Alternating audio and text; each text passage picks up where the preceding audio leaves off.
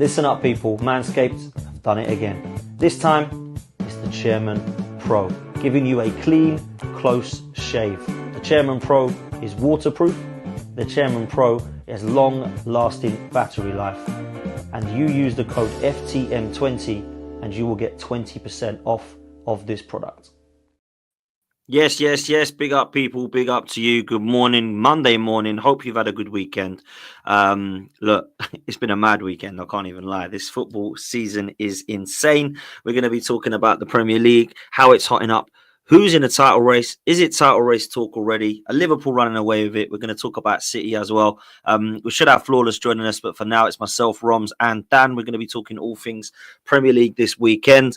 And do you know what? I'm actually going to start with Dan because I want to ask a general question. Instead of going to teams and going to who played well and who did what have you made of this weekend so far? What has this weekend told you about this title race this season? Because there's a lot that's happened. We've seen City get battered by Spurs. We see Liverpool get across the line against Southampton. Arsenal and Chelsea managed to get the 3 points that they need to just about be in touching distance of any form of title talk right now. What a mad weekend, Dan. Yes, it's crazy. I feel like this Premier League season is just so entertaining. I feel like we're not seeing any gaps open through like at least from second till like at least 10th. It seems very, very close. I think it's all to play for. You know, part of me was thinking, maybe Liverpool are going to start pulling away with this because I don't see City transforming and Arsenal had dropped off a little bit without Odegaard. But then Odegaard comes back and you look really, really good. And Manchester City can't get a win for love nor money at the moment. And Liverpool showed cracks against Southampton, didn't they? If Southampton probably showed a way to play against Liverpool, but they obviously haven't quite got the quality. I know a lot of people were moaning, saying, Southampton are trying to play in this way against this team that's so good pressing. Well, they got 2 goals. Not many teams have done that this season against Liverpool. So, yeah, I think all to play for. I'm finding it exciting. I don't think Chelsea are in it, but we're quietly going about our business at the moment. But I think people need to be careful not to get carried away because we just beat a Leicester side that have sacked their manager and we weren't exactly outstanding on the day, but we had a good result. Look, Roms, Arsenal were 8 points clear once a couple of years ago and it was ours to lose. It was in our hands. It was all on what Arsenal did and we bottled it. Are Liverpool going to bottle it or is it not yours to lose yet?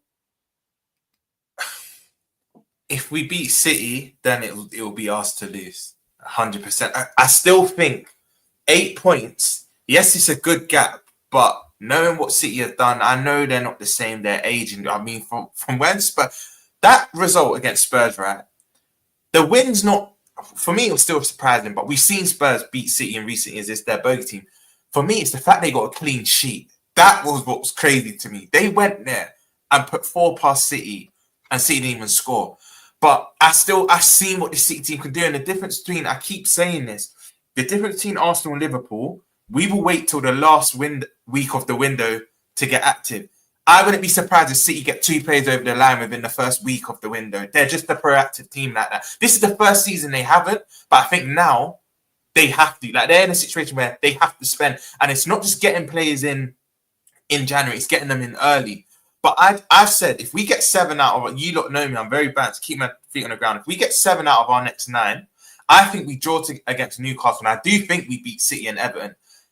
7 out of our next 9, Poch, you'll hear me for the first time say we're favourites to win the league. Honestly, because at that point, it will then be a 10 or 11 points lead. I said once Odegaard comes back for Arsenal, we go on a run. I know it's only Forest so far that you've beat since going through your rut, but I can see you not getting consecutive wins. Well, Forest have beaten some good teams this season, Roms.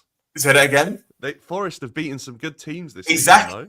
Exactly, and that's what I'm saying. That's for me, that's why the win's more impressive, because Forest, I don't know now, but before the Arsenal game, one of the best defensive teams in the league. For Arsenal to put 3 past them, it's impressive. And even you look down, I think you'll slowly fall off. But right now, and Don was saying this to me, I was like, whatever, but if you're putting Arsenal there, you lot got a favourable run until Christmas yourself, and you can rotate your whole 11. So this season's crazy. I think Chelsea Dan summed it up. You're going to just see a lot of mad stuff this season, but I'm just looking at what we're doing, and we need, I think I said this last week to you, Potts, we need to make this lead as wide as we can before January.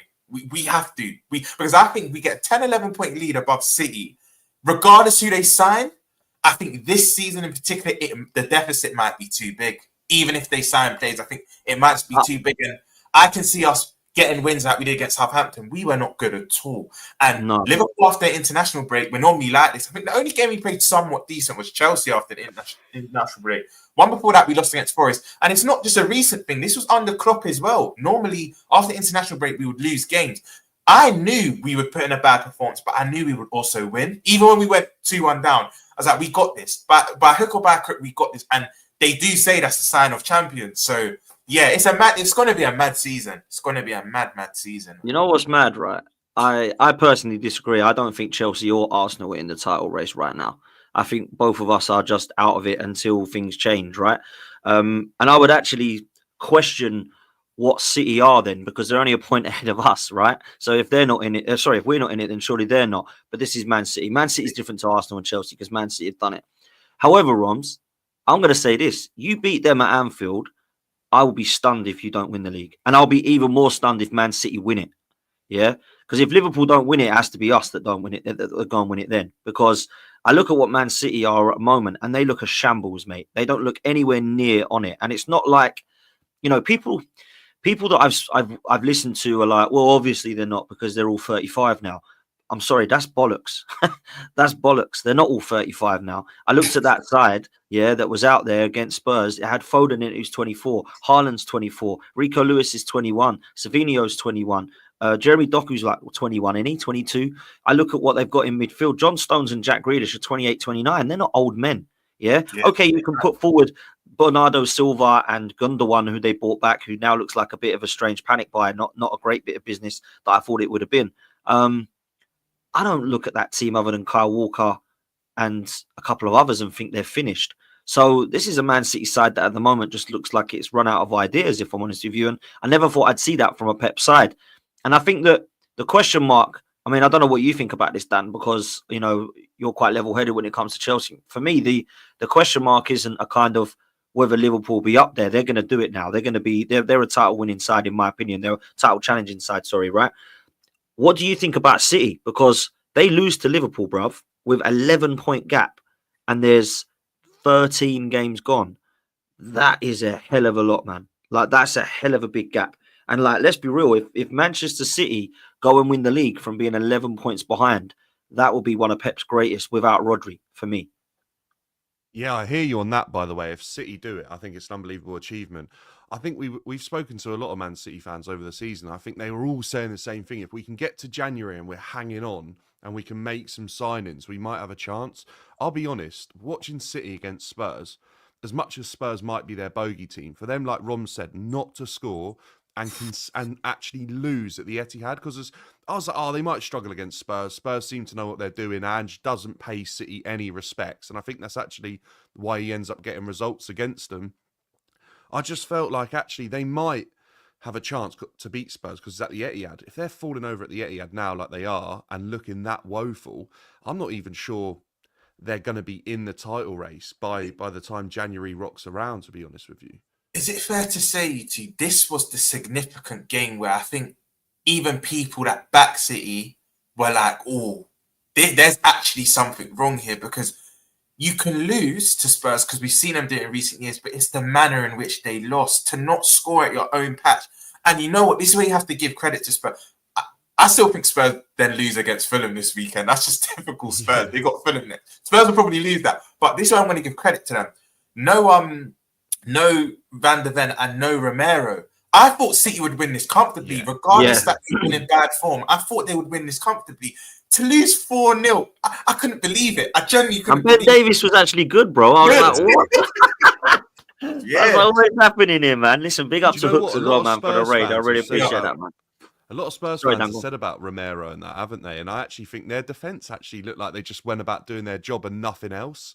You know, like I feel like Romero and Van der Ven get a little bit carried away with bombing on sometimes, and maybe are a little bit risky. Them lot they just defended against City and made it. I mean, Haaland had chances, didn't he? But he's not exactly taken them like he was. But City look like a side that, like you said, Dan, like they're lost of ideas. I don't know. Mm. I think what that game against Spurs might have done is Pep might have gone, right, back to the drawing board. We got to switch it up. It's not working what we're doing. Don't be surprised if between now and Christmas you start seeing a whole different approach to what they've been trying to do this season. Yeah, Man City as well. I can't lie. I look at them and I just look at them defensively, and that's something I've never ever seen. Like even Gvardiol, who I think's been quality for them, was poor. Kyle Walker has had a bad season. I think defensively at centre halves they've been chopping and changing. There's been no sustainability there.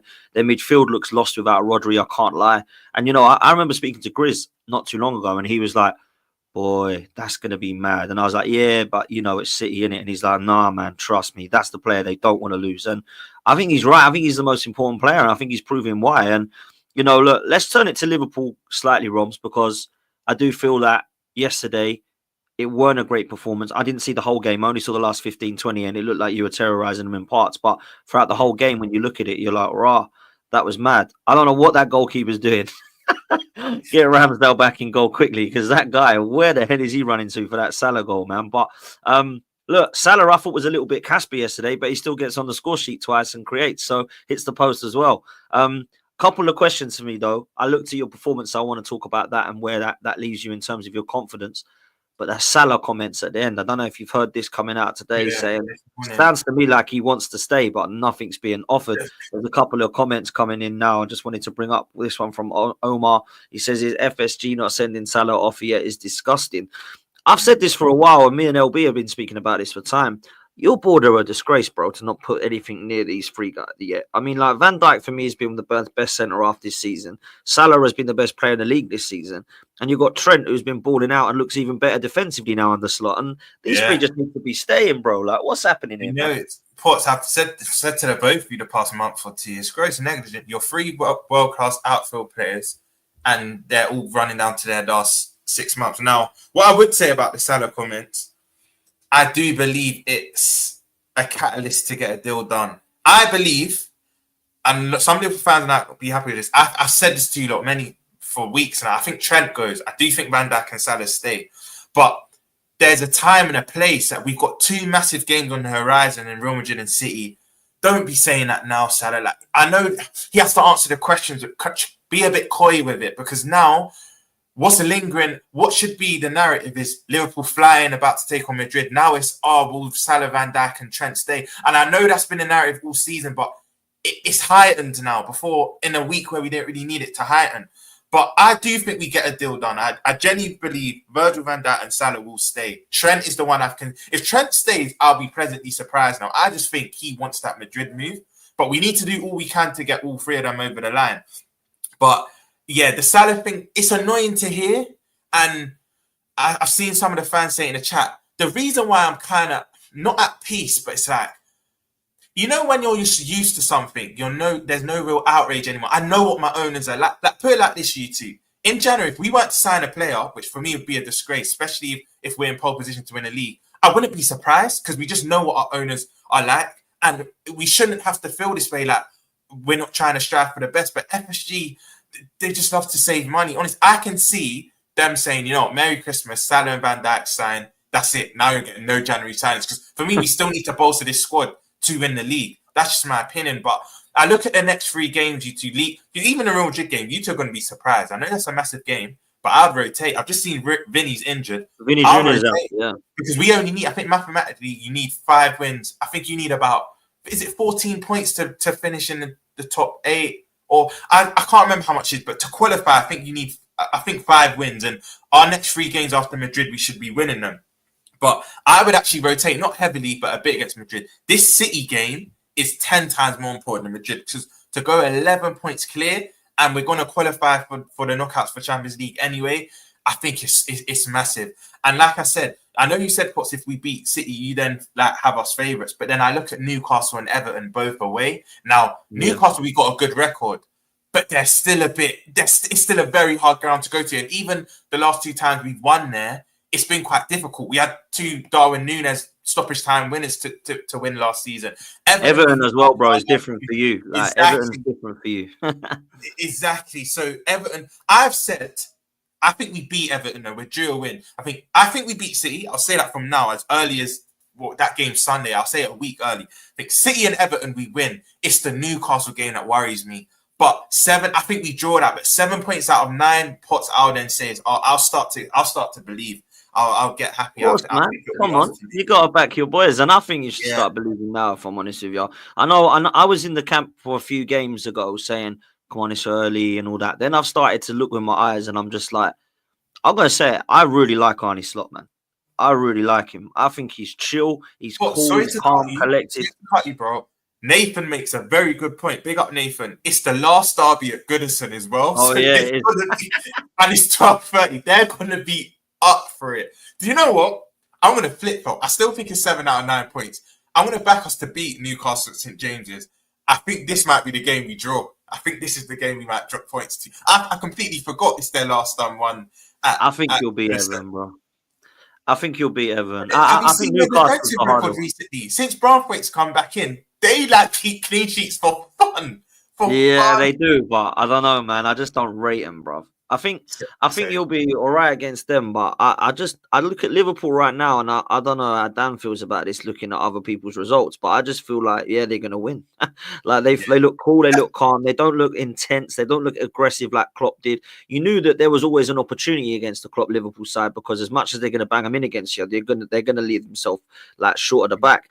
I just think I know that Southampton yesterday got a couple, but I don't think I've ever seen Slot look like anxious, stressed, like pulling what hair he's got left out.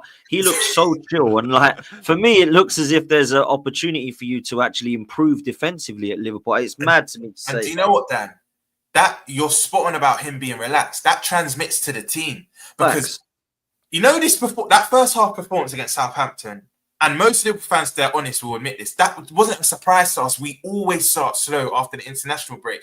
And to be fair, I can't be a hypocrite. I thought we'd win 2-0, but it would be a very lethargic performance from us. The fact we conceded 2 is a bit of a worry. But then I look, it was kind of off our mistakes. Van Dijk dribbled into no man's land when he didn't really have to. And then we know what Robertson is. He's declining. And then they got the penalty. And then they hit us on the counter. It was a well-worked counter to them, to be fair. And it was a nice finish. But I even look at the penalty rebound. This is why I still say I love Kelleher and he's such a good keeper. But this is why I still think we miss Alisson because I think he saves that rebound from Armstrong. He makes himself... I mean, it goes through Kelleher. I think Alisson saves that. But at 2-1 down, said to my boy, we'll still win this. I'm not panicking at all. We'll still win this. Half an hour left. Southampton can see chances for fun. And that's why I'm not too disheartened because I just wanted the result. I knew the performance wouldn't be the great. I think the better performances will come against Madrid, City, against the big boys, especially at Anfield, we normally rise. But that performance against Southampton didn't surprise me. We just needed the points. And I had no doubt we would get 3 points. And Salah doing what Salah does, you're right. He was missing the majority of the game, but then he will just win games for you. And that's what the best players do. Moments player, man. And then they'll just win the game. Moments player, bro. He was Casper. I look at Salah. I just think you need to sign this guy up, man. He's absolutely balling out. Like people make me laugh when they say, "Oh, Kevin De Bruyne or Salah, they're 32 now. It might be time." I think, look, if they're putting it on the pitch, you keep him there. And I think Salah wants to stay. I wouldn't be surprised if he does stay because I look at the comments now. We're almost in December. I haven't received any offers yet. I'm probably more out than in right now. Of course, I'm not going to retire soon. I'm playing, focusing on the season, trying to win the Premier League and the Champions League. He also went on to say, I've been in the club for many years. There's no club like this. I love the fans. The fans love me. And in the end, it's not in my hands or the fans' hands. So let's wait and see. I just think it's madness that this guy's not been given something yet. I think it's crazy. I think Van Dijk goes in that category. With Trent, it's a little different because he's not 32. He's 24, 25. He's got all of his career left ahead of him and he's won everything at the club. I do feel with Trent is a little different as well because he's not just because of the Real Madrid knock. I get that's tempting to anybody, however old you are, right? But with Trent, he's kind of done it already at Liverpool. It's not like, I'm still young. I want to go win everything at Liverpool still. So that one could be different. But what's scary for me, Dan, right, with this Liverpool side, I don't even think they're at their best yet under Slot. I don't actually look at Liverpool yet and go, wow, they're scintillating. No one catching them. Christ, they play like this still. I think they can improve, Dan. Do you know what I'm saying? I think they can improve this season. I've said it already, though. I actually think Arne Slot's biggest test is going to be next season, dependent on who's here, because I think then that's when his team's going to look very different. So I actually think there could be a chance that this Liverpool side, by the time they probably win the league this year could be unbelievable, could be scintillating, and then the squad gets dismantled in the summer, and then Arne Slot turns around and goes, right, now this is when the work starts because we've lost Salah or we've lost Van Dijk or we've lost Trent, and then this year we've got talks that Konate might go. We've got Robertson in his final year. I think next season is when Arne Slot's really going to have to get to work. But I agree. Every time I hear him speak, every time I listen to him, I think, oh, I wish I'd got him as a manager, you know. Like, this guy just sounds... And like, when you know all these managers that have come in as like project managers, that's the one I'm most jealous of. I've got to be honest. Do you know one narrative I don't like though, you two?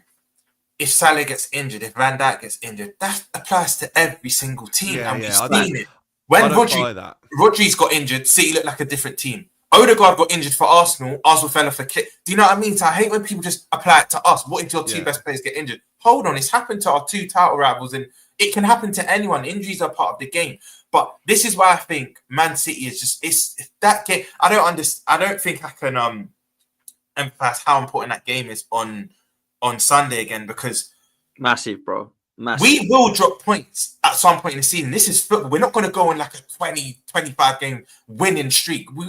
For me, I'd rather lose and win a game than 2 draws, because you still get 3 points. 2 draws, you've literally dropped 4 points.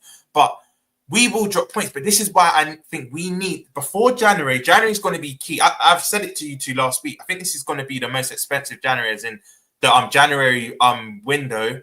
Sorry, the January spend will be the most highest it's ever been across the whole Premier League. But this is why I think we need to make the deficit as big as possible to us to see, because we will drop points eventually. And I look at our last 5 games in a run, and hopefully we've got it wrapped up by then. We've got Chelsea away, Arsenal at home, Brighton away in our run. And I think we've got the hardest title running. So we need to have a season like the season we won the league, where it's pretty much wrapped up months before, because that's why I think you're spot on, Chelsea, Dan.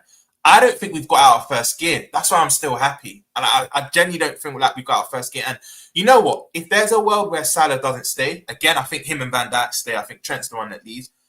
But if Salah doesn't stay, I don't think he'll down tools. If anything, he'll give us his best season, bow out with a Premier League, and he'll go. Of course, we'll still be fuming, but there's no AFCON this year, because there's kind of this thing where second half of the season, Salah can sometimes drift away. Not in terms of GA, but in performances. But there's no AFCON this year, and he looks as fit as ever. He literally looks like he's got a body of like a 23, 24-year-old. Yeah. He's lost a bit of pace, but his creativity, his IQ's gone up another level. I think if he does leave, he'll give us best season, and he'll bow on a high. I genuinely believe that. Do you know what, Rums? I actually think he's looking like a more intelligent player this season than I've ever seen him. Yeah. I think Slot has unlocked crazy, a little bit extra. Yeah, I really do. It's crazy. Do you know what? Klopp, do you think he was more out? I think he was more out towards the wing and like very far out wide sometimes. And he'd obviously use his pace and all his natural ability to create from that area. I feel like Slot's moved him inside a little bit more and a little bit more narrow. And I feel like he's just unlocked this whole other part of his game, which is like finding space in different areas, getting on the ball a little bit more creative. Like Dan said, he's now being so effective in the moments, which is what we saw Ronaldo obviously do in his latter years, move to just being effective in moments when you can't affect the game because you're getting a little bit older and it hurts the next day or whatever. But he's super fit as well. I think Liverpool, I can't understand with Liverpool what they believe they could get in the next 2 years that is better than Salah if they just gave him a 2-year extension. That's what baffles me. Do you know what I think we're trying to do? Sorry to cut you, Potts. I think we're trying to give Salah 2 more years on the money he's already on. Players like him are an exception to the rule. You have to break the bank for him. You have to. Like, he's literally winning us game. You have to break the bank for him. And I feel like they're looking at his age and not what he gives to our team. And I genuinely believe the next week or two, the penny will drop. Like, because FSG, this is key news, by the way. Big up Grizz. Grizz was telling me as well. FSG are actually flying to Liverpool today or tomorrow. They're here for both Madrid and City games. And there's a lot of noise around that they're going to get 2 out of the 3 deal. I think Konate, Van Dijk, Salah, them 3 could extend this week. But again, that's just speculation. It's not 100%, but hopefully that comes true. You know what I feel with Slot? I've given him quite a lot of compliments over the last few weeks to months now, to be honest. First of all, I started by saying, yeah, it's early, but I've seen an identity already that doesn't look too dissimilar to Jurgen Klopp. And I really felt like everybody that it was going to be like, oh, wow, this don't look like Liverpool. Like, Klopp's gone and you can really tell. That was the first compliment I give to him. The second compliment, I've said it today, he looks cool. He looks calm. He looks relaxed. He looks confident in his ability, right? But for me, we haven't spoken enough about what he's done with some of the other players yet, right? For me, I think when you talk about Trent and you talk about Van Dijk and you talk about Salah, I actually kind of disagree with what some of you have said. I don't think he's done much with them guys because he's not had to. He knows their quality. I think he's improved the bits around them, and now they look better because of that. So I think you look at Luis Diaz now, he looks like a proper left winger. Before, he had no output, in my opinion. Cody Gakpo, to be fair, when he has played, has been definitely better from the left wing as well. Gravenberch, I never saw that coming. I can't lie to you. I don't even know if Liverpool fans saw that coming. Konate looks like the centre-half I knew he was going to be when you signed him now. I look at players that have come into the midfield like Curtis Jones now, who for me wasn't a starter at Liverpool. I thought he was a good squad player. Now, he's definitely a starter for me. Like, I put him in the same midfield with Gravenberch and Alexis McAllister now. I think he has got 15-20% extra out of those guys, which has then allowed Liverpool not just to be better, but actually it's allowed Trent, Konate, Van Dijk, the guys we knew that were quality anyway, basically to go. And we've got to remember, on top of that, their best strikers out and their best goalkeepers out. And no one's mentioning it yet because it's not been affecting them. They've just been going about. Thank you. I was literally going to say that. What's scary is some football fans are very fickle. They're going to look at that Southampton result. Like, I've seen it a few times in the chat. You should be worried. The fact that Southampton gifted you goals or not. Hold on. That just wasn't for this game. They've been doing that all season. That's been the narrative for their season. Not just for us. But what gives me so much confidence? One, what Chelsea Dan said earlier, I don't think we've got our first gear. Two, our best keeper, our best right back, and our best, for me, finisher at the club. I know that might sound mad. That obviously Salah gets all the goals, but in terms of the best natural finisher, that's still Diogo Jota for me. The fact they're not even here yet, and Jota could literally be a game changer. Like, games that are on the knife edge, he'll win for us. That's why I'm very cool, calm, collected at this moment in time. People want to speak about what if players get injured. What about the players that are coming back from injury as well? Harvey Elliott was on the bench. It probably might get a few minutes against Madrid. Then he probably come into the fold for that City game, and he had a sublime back end majority of last season. So I think a lot of things rival fans are going to do this, and this is why I have to love football. It's their job to hate. It's their job to put pressure on us. We all do it to one another. But I think as a Liverpool fan, apart from the contract situation, there's things to be optimistic about. And like you said, Potts, Luis Diaz is a player that their ability's always been there, but I was frustrated at his output back end of last season, especially in crucial games. The two games against Man United, the game against City back in the last season. Now he looks polished again. Brian Gravenberch, I know majority of our fans, you're right, Potts, didn't see this happening, but you always knew there was a player there. It's just maximising his potential. And you're not at Bayern Munich and Ajax for no reason. Do you know what I mean? Like, there was always a player there. And for me, Konate, man, because Liverpool fans that have watched me for the last couple of years, I've been critical of him, not because of his ability. I think sometimes he lacks in concentration, sometimes his decision-making, engaging when he doesn't have to, making that needless foul when he doesn't have to. That has been ironed out of his game now. It genuinely has been ironed out of his game. And I think this is testament to, so like you said, Pot, this is testament to Slot. He's improving other players, not the players that are already world-class. It's the other players in the team. And right now, I've got not a bad thing to say about him. Even the way he's speaking in interviews, that he's still being very humble. He's not getting carried. We've seen some managers in the past get carried away. He's not. He's still realizing it's not done. It's game week 12. There's still a long way to go. So he's keeping his feet on the ground. And to be fair, if he was to come out and say madness, most managers don't, but there's that odd example that we have in the past where they have. But he's doing everything he needs to do right now. He is, and the contract situation aren't down to him. That's our board. That's Edwards. That's Hughes. That's FSG. That's where they need to get active. Slot is doing everything he needs to do. Sitting top of Europe, sitting top of the league, and we just need to keep winning. Yeah, facts, man. Look, Bill, I know you've not got long, Rom, so I wanted to ask you a question, and then me and Dan can wrap up. Arsenal and Chelsea right now. What do you see them as? Do you think they're top four? Do you think they're title? Do you think it's too early? Where are you at with both of our clubs? Because right now, Arsenal have had problems. We know them. Had some hard fixtures, had some suspensions and injuries. The squad's back now, and I've got to say, I've been pretty negative the last few weeks for obvious reasons, but I thought we were quality against Forest. We just absolutely destroyed them. And Chelsea got the job done against Leicester. And to be fair, they've got a squad that, they can have a decent bench to bring some players on. So where do you see them this season, Roms? What are you saying? Right. But with both the clubs, for me, it's as simple as this. Chelsea, I've rated from even last season. I had them to get fourth on the potch. They nearly got it. They didn't. I think Chelsea will get top four, in my opinion, comfortably, but they're not in a title race for the simple fact I still don't have the faith in their defence and their keeper. Sanchez plays against them. There'll be games where Chelsea are supposed to win and they'll draw or potentially lose because of a situation behind him. Even look at the Arsenal game, right? I'm not saying it was down to him, but that Martinelli goal shouldn't have happened, in my opinion. You shouldn't be getting beat near post. Situation against Brighton. I know Chelsea won, was it 4-2 you won that game, but him gifting them goals. I just feel like Sanchez is the common denominator. Unless the only way Chelsea could be in this race, and they have ambitious owners, if they was to get a new keeper in January, but then they just sign Jorgensen, so I don't think that's realistic. If they were to get a quality keeper in January, who knows? But I think Chelsea will be there till about February, and they'll start getting just some mad results that you don't really expect. As for Arsenal, I said it to you, Potts, said it to Troops, I said it to the Gunner. I said once Odegaard comes, because you lot all like it's done, it's done. I never wrote you lot out, and I know we're in a day and age where everyone goes off the last few results. Oh, Arsenal are done. Arsenal are this. Odegaard for me is your best player. He's the linchpin to everything, and you saw it. Comes on against Chelsea, gets an assist. The weekend he'll sublime again. He was at the heartbeat to most things.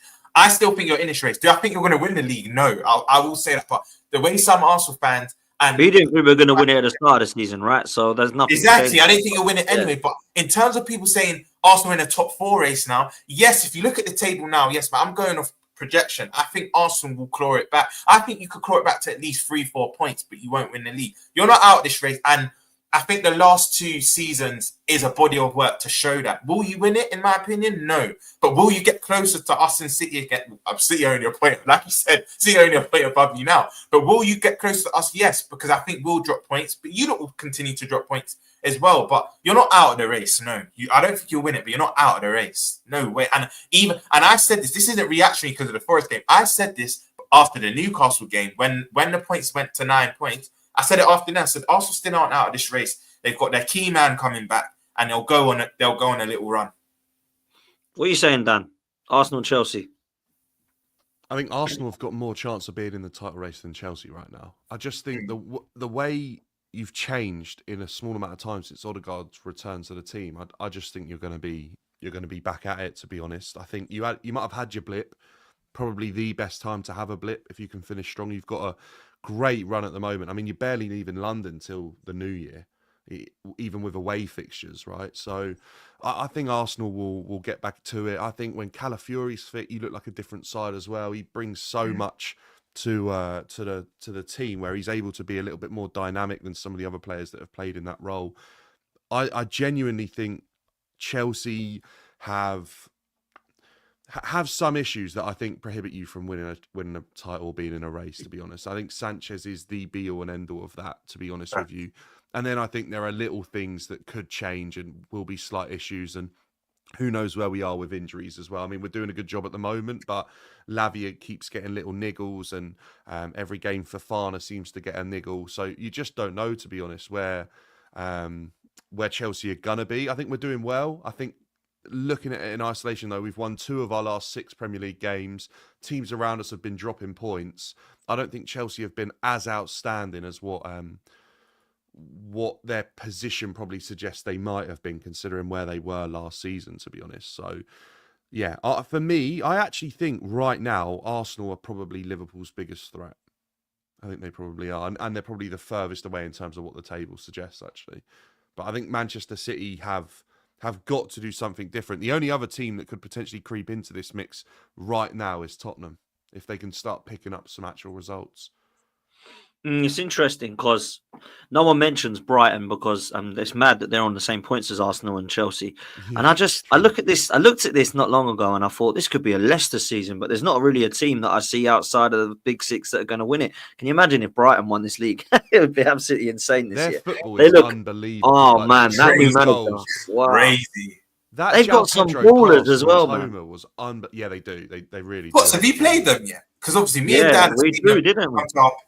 Oh, yeah. We drew. Remember Declan Rice got kicked the ball away, got sent off, and we drew 1-1. But we were actually better than them until that point. And then I looked at Brighton and I thought maybe they're going to be a little bit more inconsistent this season. I didn't know what we were going to get because of this new guy who's 31 years old, by the way. But their firepower is insane, mate. I mean, everyone looks at Welbeck, but he's not even the one. He's 34. Like, they've got João Pedro. They've still got Evan Ferguson, who's supposed to be this highly rated player. They've got Minter. They've got Mitoma. There's players I've forgotten about. Rutter, yeah. So I'm like, hang on a minute, this is absolutely insane. Brighton have got that Belabor who's decent. Sent off, but he could be their next £100 million player. You know, he looks unbelievable. He's so good, man. Like, I don't know how they keep doing it, man. I need to take whoever they've got. I need it at Arsenal, man. Maybe you need their sporting director. That's what we need, man. Edu, take care, but we need now this guy to come in, man. It's absolutely insane. I think, Dan, that is what like Chelsea's board looked at and went, how are Brighton doing this again and again? We're just going to take and copy their exact model and try and be one step ahead. And that's what I think Chelsea have been trying to do. I mean, we've got 8 or 9 staff that are in huge positions at Chelsea that have been at Brighton previously. And then throughout like the academy and that, there's even more Brighton staff that Chelsea have employed. So, I mean, our sporting director is formerly of Brighton. So it's, and then the thing is, they lose players, they lose staff, and they just keep ticking over. It's like, you know what I heard Troy Deeney saying it the other day? He was like, what they do is they're aware they're going to lose a player because they're at a level. So like with Basuma, they knew they were going to lose him, but they got Caicedo in the building like 2 years prior to knowing they might lose Basuma, got Caicedo like to the level they knew he needed to be at to replace him instantly, and then Caicedo was gone in a year. So they're just and then whilst Caicedo was playing, Belieber was in the building. So there's probably another one in there now who's in the building that's just learning and ready to step in as soon as Belieber might go. Like, obviously, it's a lottery every time, isn't it? But the one player might. Well, they're doing all right. But they're doing all right, right? And they've got multiple players in so many different positions that. It's mad. Roms, I know you got to shoot, my bro. Absolute love for coming on, man. Yeah, the guys will see you over on Saï TV after this, man. Big up, bro. Thank you, Roms. Love, man. Dan, let's talk about our two teams, man. Before we do that, let's throw a couple of these super chats in, mate. This one comes in from Suj. Big up to you. Says, big up, Dan and Roms. Hit the like and subscribe to everyone. If Liverpool gets 6 out of 9 and 3 from the City game, it has to be theirs to lose. I think already it might be theirs to lose, if I'm honest with you. I know it's early, but wow. Like, they look the best team. So, and they're that many ahead. Big up to Joe Wayne. He says, I'm going to say Liverpool is at the top, but won't get carried away. 9 points is not that big of a gap. The Prem has proven that over the years. It has, to be fair, and it is a long way to go, and things can change. And, you know, Roms was talking about what Liverpool have got coming up. Obviously, Real Madrid, that could be will be a tough game. I know Vinny Jr. is now out, but that'll still be a tough game. And then they go away to Newcastle after Manchester City and Everton. And then what we don't realise is they've actually got Fulham and Spurs after that. And they're two teams at the moment that are really inconsistent and you don't know what you're going to get from them, right? So I think a lot can change in football. But let's just talk about our two clubs for now, right? We'll come to Arsenal in a minute. I think Chelsea are 3 players away from title challenging, like properly. I know they are at the moment if you want to go in that bracket, but I actually believe you'd be even better with what you've got plus more. I think if you was to go and get a top goalkeeper, not like, you know, but a little bit better than Sanchez, because that's not hard, by the way. I think a goalkeeper like a Costa at Porto or Manyan from AC Milan or Oblak or somebody like that, you go and get a proper centre-half like Diomande, because I'm still not sure that Colwell and Fofana are quite the level, but I think they're good. And then you go get an Osimhen or Gyökeres up top. I honestly think we talk about Chelsea in the same bracket as Arsenal and Liverpool and City right now.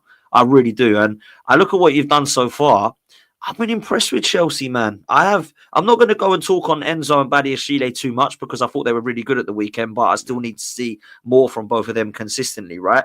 But I'm going to flip-flop on Jackson now, man, because he is definitely improved.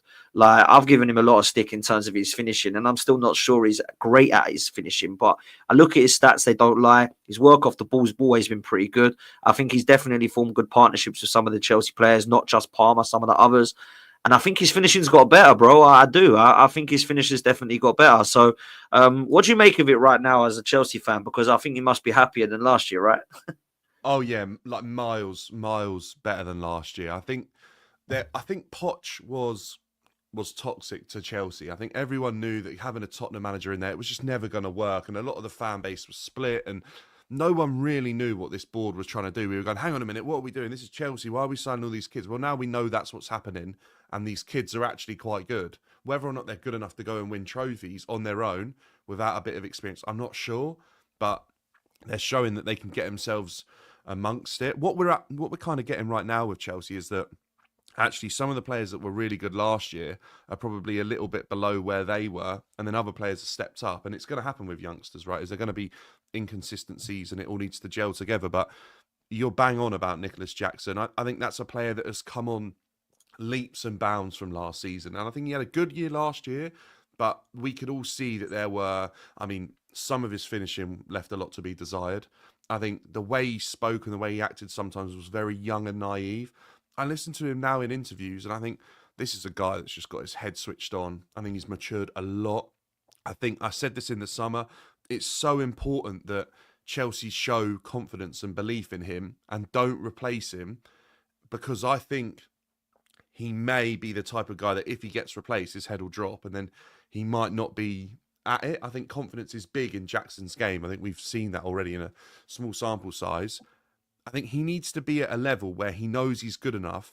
Then you bring in someone else, and then I think he'll be up for the challenge. I think if you bought someone in the summer, I think he would have been shut down. And look, don't get me wrong, we did go after Osimhen. I wouldn't have said no, but I would have then believed Osimhen was probably good enough to lead Chelsea's line. I now think Jackson's in a position where if Chelsea act and bring in a striker or another attacker, he'll back himself now because he knows he's doing it in the Prem week in, week out.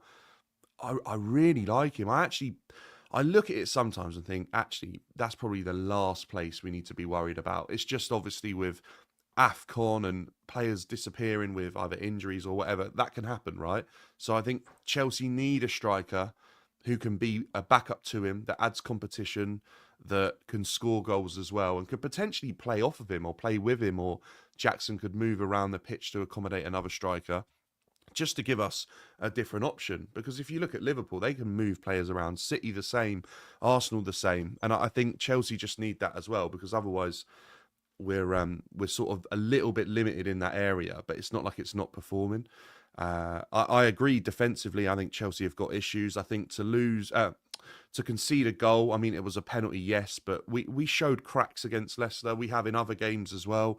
I think defensively there's tweaks that could be made, and I think that probably comes with a better defender coming in and a goalkeeper that is of a higher level.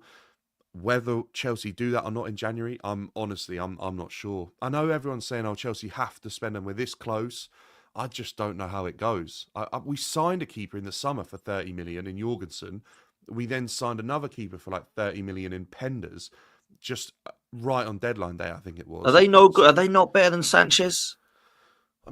Jorgensen had a good game against Noah, like the last time I saw him play, but that's Noah, so it's hard to judge it. But Sanchez is woeful. It's every game. I was like this close to him at the weekend, and I could see exactly what he could see. And I have no idea why he decided to play a couple of passes that he did. He played one into Casado, and I thought, that makes no sense. I don't know why you played that pass. And I just don't think he thinks. I honestly don't think it's all instinctive. It's all very much like, this is what I should do. I'll just kick the ball here. Whereas I see other keepers, and they're obviously assessing the situation, and then they'll play a pass. I don't see that with Sanchez. And I think Chelsea have got issues until they replace him, to be honest. And I think his uncertainty causes insecurities in Chelsea's defence. If you removed that, and that's what Petrovic did last season. It was so obvious. Petrovic couldn't play out from the back, so we kicked long, right? And then all of a sudden the defence got better. Right now we've got the exact same problems Poch had defensively as we do with Maresca, because the keeper is causing an issue. So, to be where we are is fantastic. But I do say, look around. Chelsea have won 2 games in their last 6 Prem games. How have they ended up third? Real talk, man. I think Chelsea right now, you add those players in that I spoke about, and I think you could be right up there. I do think in January you do something. I just don't know what it is. I don't think you're going to go and get a goalkeeper and a centre-half, but I do think you could get something up top. Whether you can try and do something with Osimhen, whether you go and do some madness and release the clause of Gyökeres, whether you go and get someone that people aren't talking about, there's still strikers out there that are banging them in, like Marmoush I've at got Frankfurt. a really funny feeling Chelsea are looking at players like Liam Delap or something like that. You know, There you go. that's the type of player that if Chelsea's new system was looking at, just wouldn't surprise me. I think he looks promising. He's young. He's exactly the type of signing that it wouldn't surprise you if this Chelsea board make. I don't know how good Liam Delap can be, but he looks like the type of player that has a lot of promise and a lot of potential. Mate, he should have won the game for Ipswich yesterday if it weren't for Yeah. Onana. Like, let's be real, Onana had an absolute stormer of a game, and he's looked a lot better this season, to be fair to him. But He has, Liam definitely. Delap I think there's a release clause for Delap to come back, or buyback clause for City. Wouldn't surprise me if they release that, because they've got no one after the Haaland, and that for me is a perfect backup. Yeah. Whether he'd want to go back there and sit on the bench, I don't know, but. I think he starts for Chelsea, mate, if I'm honest, because, like Jackson, as much as he's been good, I think that you can then start to, maybe he doesn't start straight away, but I think he could get into that team at Chelsea. Yeah. Well, Like, I he'd actually play rate him. Conference League, wouldn't he, I think? Yeah, I think definitely. he'd play Conference League and he'd definitely be getting some minutes up until the end of the season. I think the only thing Delap might look at is go, hang on, I'm playing week in, week out for Ipswich here. I'm good enough to go somewhere else when they need a striker. I mean, plenty of teams are looking for a striker. And you're right, Dan. If Haaland is either injured or they need a replacement for him or something, he's perfect. And he's obviously been at City as well previously. That's sort of why I thought Chelsea might go for him, because Chelsea have signed a number of former City Academy players because of Joe Shields. I agree with you, bro. I agree with you. Let's just quickly finish on Arsenal, because you mentioned Odegaard, but I also think that there's a few players, particularly in the last game, that really stepped it up. Timber, mate, this kid's special. I'll tell you this now. This right back, I think, is going to be the right back for Arsenal now. And I know Ben White's out, so it's obvious saying that. But actually, even with Ben White coming back, I do believe that Timber's better. I've just got to say it. I look at everything about him. He's more athletic. The athleticism's there. He looks like he could get back his pace. He's got brilliant ability on the ball. He just looks so comfortable. He can do a little bit of everything. He's versatile as well. Can play on both sides.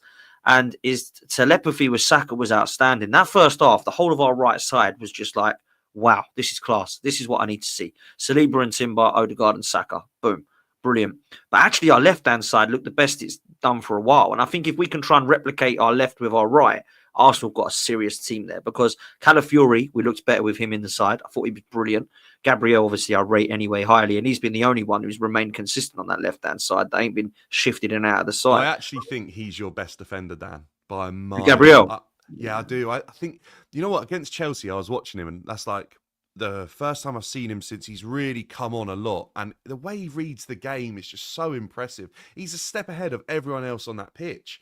There was He's times class, when mate. he was arriving to where the ball was being played before it had even been passed, and it just goes into his feet. He's class, honestly. He is Arsenal's John Terry, and that pains me to say that, but he's lethal from corners. Like, he's so good from set pieces. Defensively, he's not blessed with some of the attributes that Saliba is, but he's so good mentally that he doesn't need to be. I think he's so impressive, honestly. He's standout for me. I know Saliba's very good, but I think the nail on the head there is consistency. Gabriel has only improved and only been on an upwards trajectory. I think he's so good. I think the partnership is phenomenal. They complement each other so They massively. do, exactly. And Calafiori, to be fair to him, I was a bit like, his positioning does worry me a bit, but actually he was superb yesterday at the weekend. Do you see, like you said in the summer that you thought that Calafiori might be dynamic enough to sort of step into the midfield and allow other players to do other jobs. At the weekend, he literally showed that's exactly what he's going to do. Like, you called that in the summer. He stepped into midfield with ease, and then by the time you know it, he's on the edge of the box. It's almost like, with Xhaka, when you played Xhaka left back at times. It reminded me of that a little bit, where he just sort of can run and influence a game and help out from left back because he has such a clear understanding of it. I think he's great. Yeah, I think he's going to be a great signing, and I'm really looking at that left-hand side now because I think Martinelli is a starter. I know Trossard's played a couple of times, and they're still debating who is. I think Martinelli does offer us a little bit more. I do see Trossard as a sub, I'm afraid. But I look at what Marino has brought in the last couple of games, and that's definitely impressed me. Thomas Partey, he's just been phenomenal, mate, if I'm honest. I mean, against Chelsea, he was goal was a outstanding. joke as well. Yeah, that goal was a joke, man, but he has been outstanding. Even Georgie was really good in the first half, but he come off when he got booking. Our midfield looks so much better. Yeah, Ødegaard complements that. Of course he does. But actually, I thought Marino, if we are going to see this Rice, Marino, Ødegaard midfield trio, which I think Mikel Arteta has visioned in his mind, I do think that would work quite well. Look, we need a striker. It's a bit like you said about Jackson. Havertz is cool, but we need better. Jackson is cool, but you need better. I think Arsenal and Chelsea in the same boat. I think we both need a 9. I wonder if Gyökeres is that guy. I wonder if Isak's that guy in the summer. I personally think we will wait till the summer. I don't think he wants to go and get a 9 in January for some reason. Jesus isn't that guy. But I've got to be honest with you, Dan. I'm not really worried about January yet. I'm worried about getting to January and looking at where we are. And you're probably the same, Chelsea as well, right? But Ethan Nwaneri, bro, he's special. I've told people he's special, and I'm looking now. People are starting to see it. It's scary how good he is, man. At that age, I've seen players at that age. He's not the only one, right? We saw Rooney, we saw Foden, we saw Saka. We knew they were all ballers. This kid, he looks in that bracket, man. I'm not going over the top here when I say this. He looks that good on the ball. He looks, when the player comes on and you think, oh, a little bit raw, a little bit rash, but maybe a few years he might be all right. Nah, this guy looks like one of the best players on the pitch every time I see him, and I'm like, how can you look that good at that age? Like he looks unreal, bro. Yeah, I think in regards to where Chelsea are going to be in terms of January and that sort of feeling, I don't think for Chelsea it's as important. I believe Chelsea could sort of pick up form here and there and it'd be a bit of a roller coaster and we'd just sort of somehow get top 4. With Arsenal, I feel like the closer you are to Liverpool, the more chance you feel that you've sort of got. Because don't forget, we felt like this season, this was Arsenal's potential year to go and win the league. Even though their summer recruitment wasn't great, actually, looking at where Manchester City are now, everyone at Arsenal must be thinking, wow, we probably should have just spent and got it done because this would have been the season. So I think as close as you are in January, the more likely you are. You might think, do we act? Do we go and bring in that striker? As much as Mikel might not want it, it's clear that we're going to have to go and do that in the summer. So do we do it now? Do we go early? Do we try and get ahead of the curve on Gyökeres or an Isak or someone like that when they're obviously going to be more in demand and more teams will be willing to spend in the summer? But yeah, Nwaneri I actually think when he plays, he looks very similar to how Foden sort of looked last season. I think there's a lot of similarities there in their play style. But with him, I think at first I was like, look, if he's this good and you've got such an issue with Ødegaard being injured, just play him. But now I look at some of the other guys that have come through at that sort of age group, and by the time they're like 28, their career is like plummeting. You've literally got Raheem Sterling, who is one of those guys. He come through at such a young age and he was burnt out and exhausted. Maybe the right thing to do with Nwaneri is actually bring him through slower. Don't give him as many minutes. Don't rely on this kid, but just let him blossom. And then I think you're going to absolutely reap the rewards of how good he can be. Look at Jack. I think Jack Wilshere, he was so good. He did so well so early on that eventually injuries and the game just took its toll on a young body. And the same with Rooney. Look at Rooney now. He's like 4 or 5 years younger than Ronaldo. And he's like on the touchline at Plymouth. And you think, how on earth is he that age? So I think, yeah, look after him and let him blossom. And I think when Ødegaard's fit, there probably isn't as much of a cry for him to be starting every single game. But he does look fantastic. I think you're very blessed in what you've got. I mean, Saka, I actually thought some of Arsenal's football at the weekend was great. I haven't seen that in a while. It's been very defensive and very pragmatic and trying to like see out a game, and the focus on actually playing good football, I don't think's been there as much this season. That game at the weekend against Forest, I mean, you were popping the ball on the edge of their box for fun at times.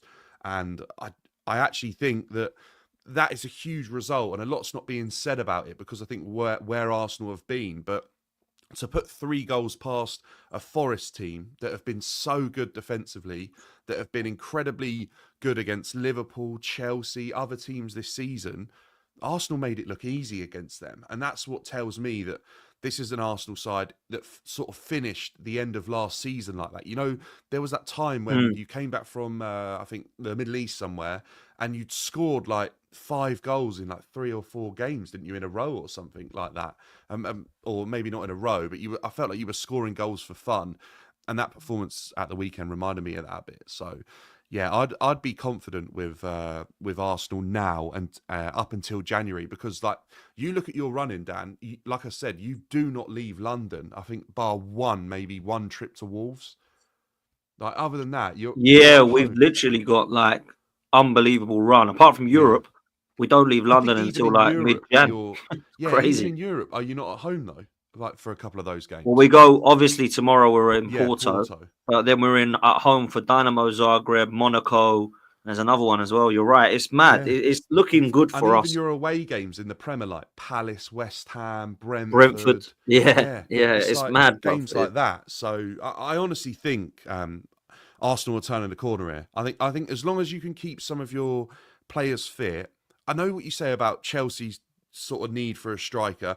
I look at Havertz and I think if you had Jackson, your want wouldn't be as much.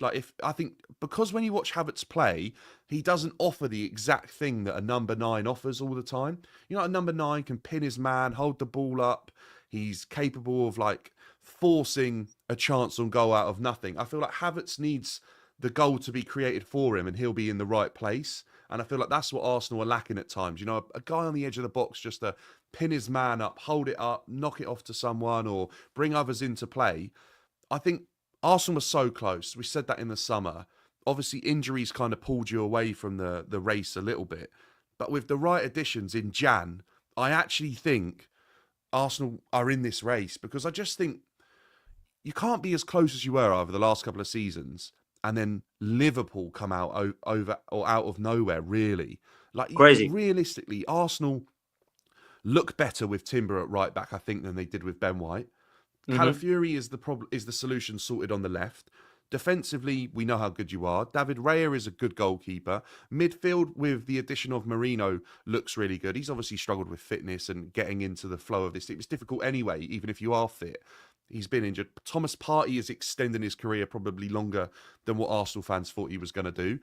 I just look at you guys going forward and think, what are they lacking? They're lacking that killer up front still. No matter how many goals Havertz gets, I still think you are looking for someone that is just a killer and lethal in front of goal. And I look at Gyökeres and I think that is exactly who Arsenal should go and buy. Just make it happen. Just absolutely put the money up. I know you haven't got a sporting director, and then there's all these question marks like, we might not act because we haven't got a sporting director. How obvious is it to see, though, for everyone that Arsenal need to do something just to make sure you've got a fighting chance till the end of the season? No, facts, man. You're spouting a lot of facts there. I think there's a lot of stuff you've said that I totally agree with in terms of where we're at. My biggest problem was when Arsenal get injuries, have we done enough in the summer? And it looks like we hadn't, because we were completely struggling in the last couple of weeks. Now players are back, boom, Arsenal were then on fire again. And look, it's only one game, but I do expect us to go on a run now. I think you're right. I expect us to beat West Ham. They're not good at the moment. I expect us to beat Man United. They didn't look good at the moment. I expect us to beat Ipswich. I expect us to beat Brentford. I expect us to beat Everton. I expect us to beat Fulham at Craven Cottage now, because if I'm honest with you, I haven't been impressed by them in the last couple of weeks. Although I think that originally I said we'd probably drop there. I ain't looking at them with any kind of fear at the moment. Palace as well. It's a good time to play these teams, you know. So there's 6-7 games there. I expect to go on a bit of a run. And I think that Judgy said to me that in the next 10 games, he expects us to win all of them. And that starts with Forest and ends on Spurs at home and North London derby. And in between, we've got very, very winnable games. Look, I think we needed to just beat Forest first, and we've done that. Now let's see if we can put a run together. With the players we've got back, there's no excuses, man. And Chelsea are the same, man. Chelsea have got the team. Let's see what they do as well now. You've got some winnable games in front of you as well. So, yeah, I think we're in the same position at the moment. And I think the difference is Arsenal are disappointed with their start. Chelsea are very happy with their start. And that's where we're at right now. Like, Arsenal expected to be where Liverpool were. Well, not expected to be where Liverpool were, 8 points clear, but you get what I mean. Expected to be top if City win a fall. I think Chelsea are like, whoa, okay, we're actually on the same point as Arsenal here. I mean, that's the difference where we're at. So Chelsea are kind of in a different position because you're rebuilding again, whereas Arsenal, we've had 5 years and all the money chucked at it.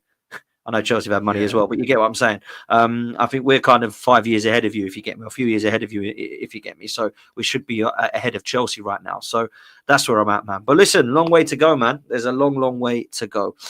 Big up to every single one of you. Football, by the way, every day, pretty much, about 2 days from now until Christmas. So, like, Bro. by the time we get until the new year, by the time we get to that point, like I think we're gonna have a lot better idea of where teams are at. To be honest, There was something I saw the other day. There's only 3 days between now and Christmas Eve where there's not football on. That's great. Yeah, It's crazy. mad, bro. It's actually mad, bro. So yeah, if you like football, you're in for a treat. Listen, Dan, where can people follow you, bro? Yeah, at BD Bidan on all the socials, YouTube, TikTok, all that stuff. But yeah, pleasure being on, Dan. Appreciate it. Now, come on, man. It's legend. We obviously had no Henry, who was away on holiday. Lee's in Lisbon. Martin has got caring duties. And Flawless, I think, is asleep because I hadn't heard from this, bro. So, yeah, big up to Roms for coming on as well. Big up to you, Dan. Make sure you're following BDB Dan.